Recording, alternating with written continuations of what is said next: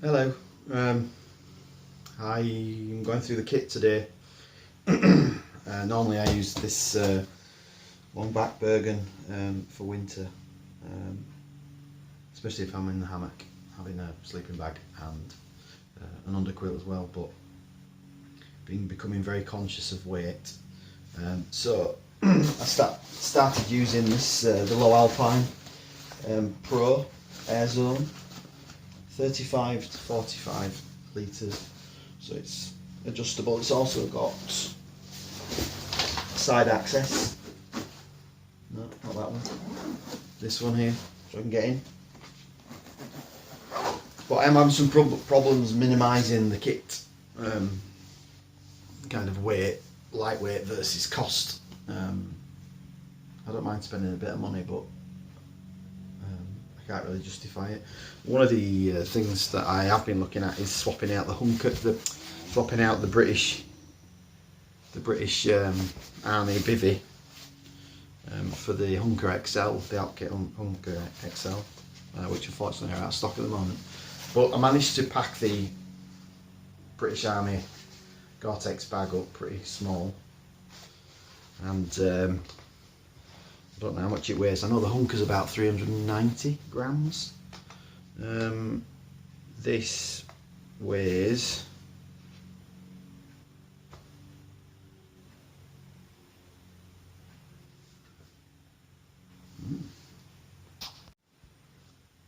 the weighing scales have had a wobble. I've just reset them. 838 grams. So it's not too bad. I mean, it's still quite bulky. Certainly if you're out in the woods and you're having fire, I'm not as frightened of embers. You know, if this is a lot more hard wearing, and if it does get a hole in it, it won't be a massive issue. I do have another one, an olive green one. But yeah, the Hunker XL's 60 odd quid. Expensive really. So, but yeah, I'm just going to go through a few of the main things. For me, the bivvy is something I don't really want to have to change. Using that kit calculator that I've posted before, it would appear that the majority of my weight is my sleeping bag. So I'll show you the lighter weight option. So this is the down bag, antique. I was given to me by my father-in-law. It's in the Vang Ultralight 350 compression sack, but I'll take it out and you can have a quick look at that, because it's a smashing bag. It's a cotton. There we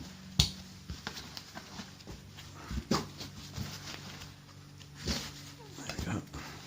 The good thing about these old bags is they used to all just wrap up into the hood.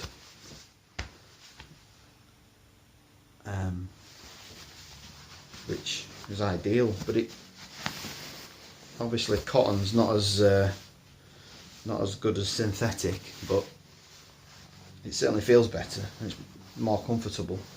The other option is to use the Ultralight 350, but it's really thin.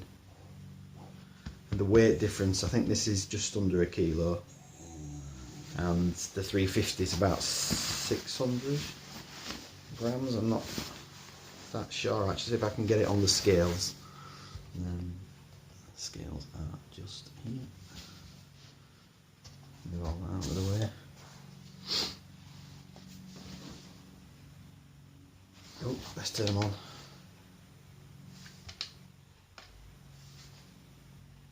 Resetting. Oh, 1,382 grams. So yeah, not quite as lightweight as I thought, but I suppose half of it is size as well, in terms of because I can get it in the compression sack. It's taking up less space. It's losing down as well, which is worrying. But yeah, it's a lovely old bag. I think it's about 50-60 year old. But you purists will like it because obviously it's old school. So the pack, my pack, split up into obviously two or three areas of kit: sleep kit, admin for cooking and fire making, water, and then clothing, waterproofs and stuff like that. The mat that I'm using is the Alpkit Dumo. Again, I could probably save a bit of weight if I bought the Numo, which is I think about 380-390 grams. This Dumo is 860 grams. I mean, they're 50 pounds to buy. It's quite big. I know the Numo is probably about that size. That might be something for the future. I don't think I'd compromise much on comfort neither. Although this is the comfiest mat that I've ever had. But this was a gift. This was gifted. So yeah, can't save any weight on that. My little bit of luxury. We all have them. Camping pillow. There's also a fleece line in there as well, because I don't like the feeling of the is it neoprene style rubber that's on it. 200 grams. Can't grumble. In here I have the BRS stove, the mini stove, 25 grams, and a C100 gas canister, which weighs 100 grams. I've also got in here a stand, because once it's on the stove and the gas, it's not very stable. So in there, there's a lighter as well. So 300 grams. So you've got gas, a pot, a lighter, and a stove. 300 grams. Can't really make any improvements there, I don't think. I do have the Alpkit brew kit, but that's talked about the bivvy already. So that's that. What else have we got? I also have a Viper poncho. It doesn't take up much weight, it's only very narrow. Oh, it's rising. 360 grams for the Viper. I always take that with me just in case, because it's so big it goes over the pack as well. So, although I do wear a ex-military Gore-Tex jacket as well if I need to. Sit mat to keep me clean when I'm kneeling by the fire. Keep my knees clean. 130 grams. Now, quite controversial. The Bear Grylls Gerber Mini Parang. Now I know that Bear Grylls kit gets a bit of stick, and I get that. Hence why I covered it up with the paracord. It also made the handle a bit wider because it wasn't very comfortable to hold. But many people carry an axe and a saw. I find the saws sufficient, but if I need to do any trimming of small limbs on large trunks, or large tree trunks, this is ideal. And because it's only narrow, it's lightweight, I keep it sharp, so it's ideal for sort of like processing small bits of wood. Rarely do I use it to cut through larger pieces, but yeah, it's not too bad. I suppose it doubles up as a burger flipping as well, although it wouldn't be good for the steel, I suppose, if you were exposing it to high temperatures. But yeah, I use this because it's lightweight, or lighter than an X. Ooh. So the Gerber Mini Parang, 402 grams. I suppose I could do without it. Don't know that I have a Condor Pack Glock, which is lovely, but it's very weighty. So unless I absolutely need it, I do carry it in the van, back of the van, when I'm out with the boy, doing sort of stealth camps in the van. But yeah, it's too heavy to be carrying. Water.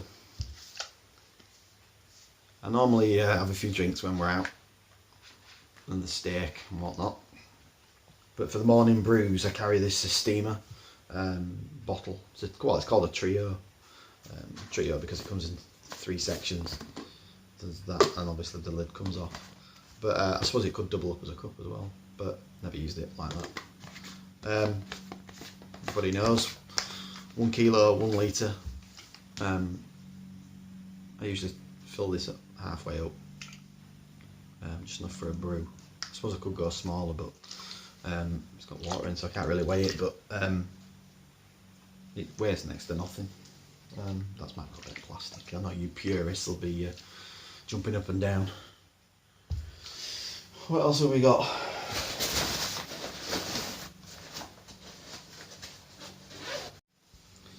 So out of the top of the pack, paracord Ridgeline for my tarp. This is a 2mm line from China. It's actually really good. Doesn't stretch, but it's not like Dyneema or anything. It's just nylon cord. It might be 1mm actually. It's really really good stuff. So I use that for the 4 corners for the tarp, and then some extra hunks. That's my Ridgeline with Prussaks for the tensioning of the tarp. That's that. Not very exciting. Shepherd's hooks, because I think for strength and for cost and for lightweight, the best option. I do have the lightweight pegs that came with the super light tarp. So I'm going to say 3x3, but it's actually 2.9x3, isn't it? But yeah, I prefer the shepherd's hooks. The wide beam pegs, I don't find them very nice to use. They're not very long, and they're horrible on your hands. So that's that. How much is all that weigh, I wonder?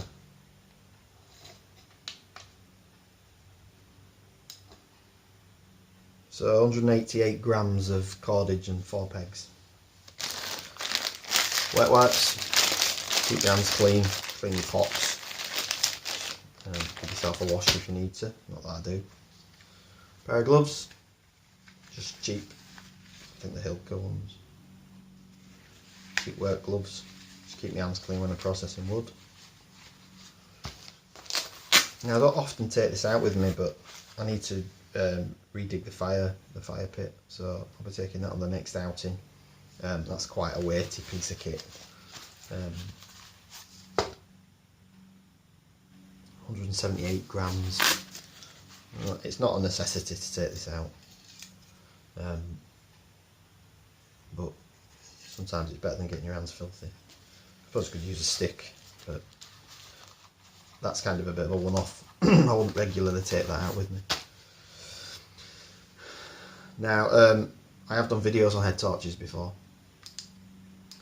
I don't really do the expensive or light Lenser, whatever. I do have a Petzl torch, but it's got that many functions. You're forever pressing it, holding it, waiting for it to go off, pressing it, holding it, wait for it to come on, then it'll cycle through the modes. These retail, I think when I bought these, they were £1.70 from China. I think they've come down a bit now to £1.30.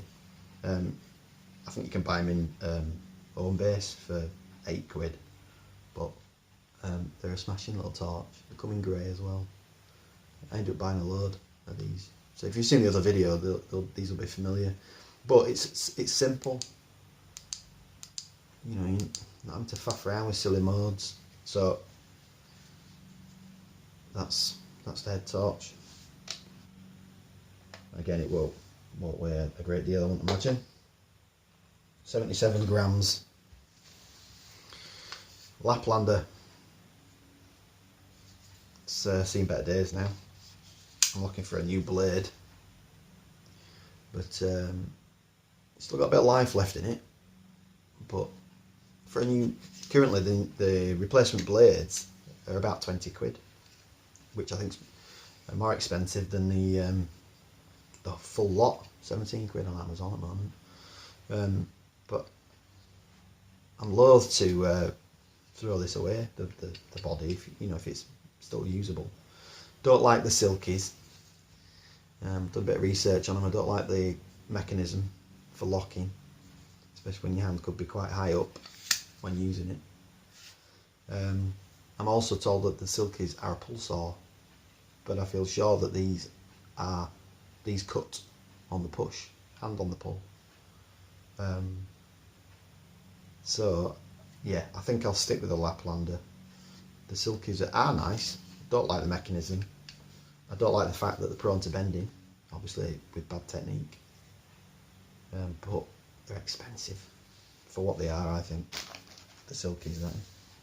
Woolly hat, always need a woolly hat when I'm in my bivvy. I'm not going to bother weighing it. And then this aluminium tin. That's got all my other gubbins in, and I'll give you a closer look to that. Now I tried to get rid of some of the stuff that I don't regularly use, but also have some things in here that are for a situation if I get stuck. So this is the Falkhaven DC4, I hope I pronounced that right. I've not used it a great deal, but when I have, it's been really good. Gives me a good edge on the parang. Spork, not very exciting. A little sponge, sometimes if I need to clean pots up. Matches, not very exciting. Homemade bellows, these were a back scratcher from Pound Shop. With some cord wrapped around it, just to make it look pretty. But these are brilliant. Really good for focusing, blowing the fire. Lighter. Another lighter. Don't know why I've got bands in here. I think it's the boy I was messing about the other day with it. Striker. Although the best thing to use for the ferro rod striking is the spine of the saw, which I think is brilliant because obviously you've got a good hold of it. So that's that. Super glue. I use super glue a lot for gluing up cuts. My wife suffers from those thumb splits, and she suffered for years. Anyway, one year I just put a bit of glue on it and sorted. Pencil sharpener, in case there's no birch bark about. I have a small capsule for carrying medication in. I have a hiatus hernia, so I have to carry omeprazole or lansoprazole. Tin opener. I usually have the Swiss Army Alox Farmer on me, so that's got a tin opener on it already, but just in case. Ketchup. Now these are good. Now at the time, when I saw these, I found the same product, perhaps this is a clone, but I found the same product on Henny Haynes for about 20 quid. These were £1.50, £1.60 or something, again from China. There's your striker. Ferro rods in here. And there you go, off you go. Mini ferrocene rod. I did carry one of these on my keys every day, but my son's stolen that for his survival kit. Another sharpener. Should really just carry this and not the DC4. It's quite good. It's got a rounded edge and then a flat edge. It's quite good. Oil. That's for putting on the steaks or from sticking to the grill. Depends whether I'm cooking on the grill or on like a spit. Washing up liquid for degreasing. And these are old vape bottles. The smallest bottles I could find, really. Don't really want to carry anymore. Selection of carabiners. That's usually for the prussaks and hooking up to the tarp. And a larger ferro rod. Now this This was bought off eBay. Forget what diameter it is. And this I made, believe it or not, from a piece of tannalised timber that I found while I was out. And yeah, literally all I did is cut it crudely to size, and then just started to shape it and round it off on the bench grinder of all things, because I don't have a sander. And this tube here is a piece of old aluminium tent pole. Made a couple of these. I gave one to my son's school because they do a lot of outdoor education. But it had like a choil in it, just so they can get a good grip, and it had a larger handle.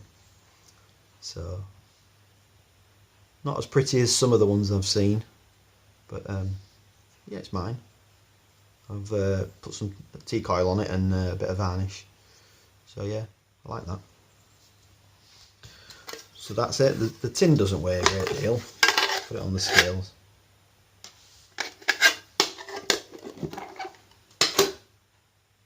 £180 grams. So that's not too bad. Oh, my cup. That's one of the Stanley cups from the cook set, Stanley cook set. 80 grams. I quite like the idea of a collapsible cup, but they're not the same. I suppose I like a solid cup, but I mean the weight's nothing. It's the bulk for me. So I mean, it does go on top of there. But my bottle's normally carried in the side pouch of the rucksack. The only other thing to mention is, get rid of this string. Some of the stuff that I don't use, the stuff that I wouldn't regularly use, go in the waste pouches here. I have in here, just move the camera down a bit more. I have in here some backup stuff. Fire lighters and a small mini torch, batteries. That's that. And then on this side I have first aid and medication.